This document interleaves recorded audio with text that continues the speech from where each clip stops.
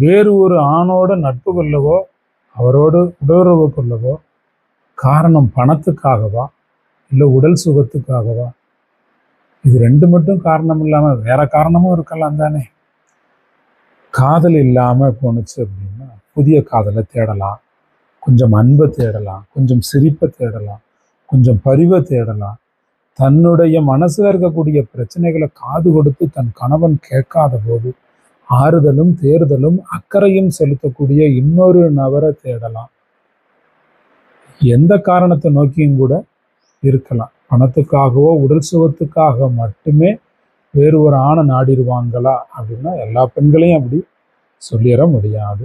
எல்லாருக்குமே ஃபீலிங்ஸ், மன உள்ளுணர்வுன்னு ஒன்று இருக்கு பாருங்க.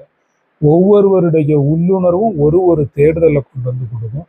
ஒவ்வொருத்தரும் ஒவ்வொரு விதமான காரணத்திற்காக திருமணத்தை தாண்டிய வேறு ஒரு உறவை நாடுறாங்க.